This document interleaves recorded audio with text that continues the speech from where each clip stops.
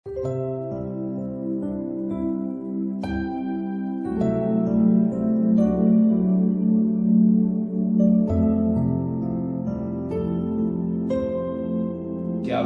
pagi, mari sama-sama tundukkan kepala, pejamkan mata sejenak.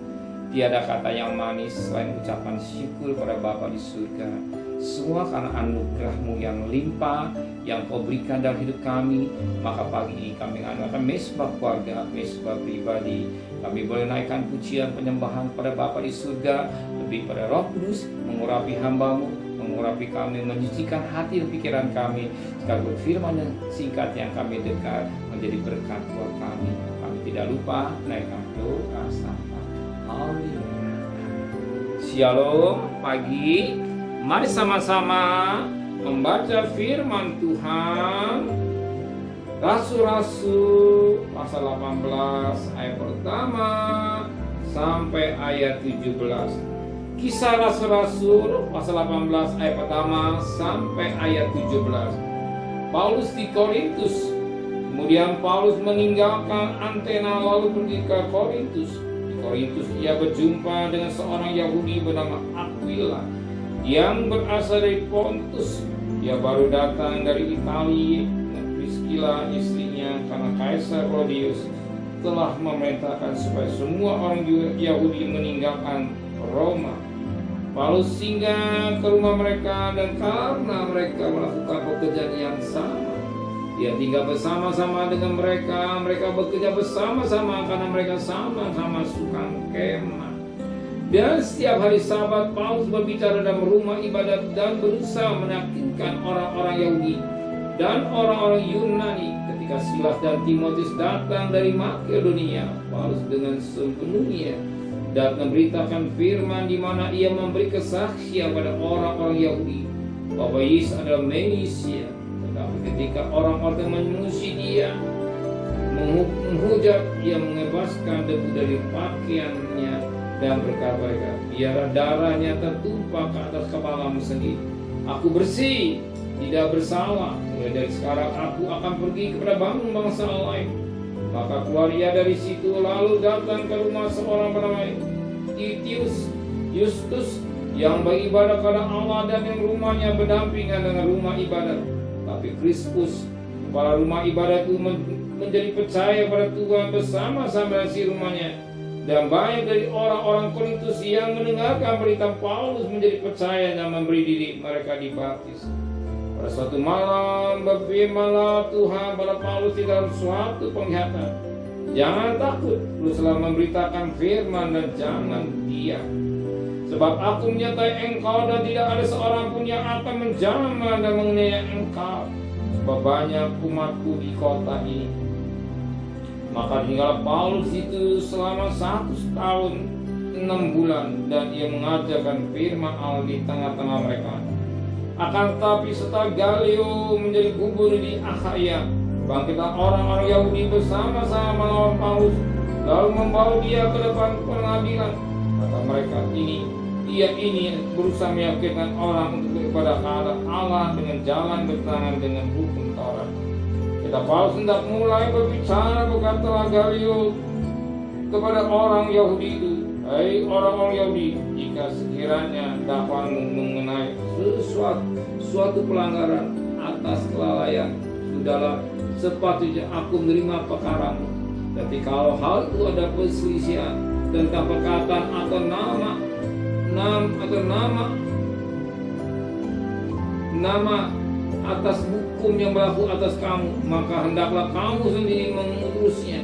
Aku tidak rela menjadi hakim atas perkara yang demikian. Bila yang mengusir mereka dari ruang pengadilan, maka orang itu semua menyuruh Sostenes kepala rumah ibadah lalu mengikut mukulinya di depan pengadilan itu. Tapi Galio sama sekali tidak menghiraukan mereka. Puji Tuhan, firman Tuhan yang boleh menjadi berkat yang sangat menarik. Ketika berita firman Allah sampaikan, firman Allah tidak akan sia-sia. Sia-sia. Sebab Alkitab berkata, ada tanah yang berbatu semak duri. Tanah yang keras, tapi ada tanah yang subur. Gimana? Kita perhatikan ayat yang ke-8. Tapi Krispus, kepala rumah ibadah itu, menjadi percaya pada Tuhan bersama-sama seisi rumahnya.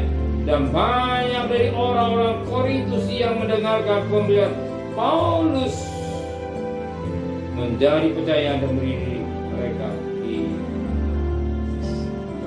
nyata. Pelayanan Paulus tidak sia-sia. Firman Tuhan tidak akan berlalu saja. Langit dan bumi akan lenyap, tapi firman Tuhan akan sampai selamanya. Apa yang disampaikan berita oleh Paulus tentang Yesus Kristus, mereka berikan saya. Apa yang sangat menarik, bisa dipercaya. Mereka ditimpa. Layanan Paulus banyak yang dipakai Tuhan. Di masa saat Paulus berjalan, sangat menarik. Apa kata firman Tuhan? Pada ayat yang ke-9. Pada suatu malam berfirman Tuhan pada Paulus di dalam suatu penglihatan, jangan takut, teruslah memberitakan firman itu dan jangan diam. Jangan. Berita firman Tuhan harus sampaikan. Nah, saja sampai ujung bumi, nah, sampai surga. Ya, Yerusalem, Yudea sama. Firman Tuhan sudah sampai sama. Ini kenapa? Karena Tuhan sudah diambil. Penting. Nah, Yerusalem, rumah tangga, lingkungan, dan jalan. Kita jangan saja rumah tangga kita belum selamat. Apakah anak kita sudah terima Yesus sebagai juru selamat? Apa suami kita, istri kita, lingkungan kita sudah terima Engkau Tuhan sebagai juru selamat? Selamatkan, sampaikan berita tentang keselamatan. Dan akhirnya jangan Tuhan menyertai iman, Tuhan menyertai hidup kantor, kerja, lingkungan, sampaikan tentang Yesus Kristus juru selamat. Amin. Mari sama-sama berikan berkat. Menteraikan firman dalam hati kami, kembalikan besok pagi tubuh yang sehat dengan tidak kurang saat waktu.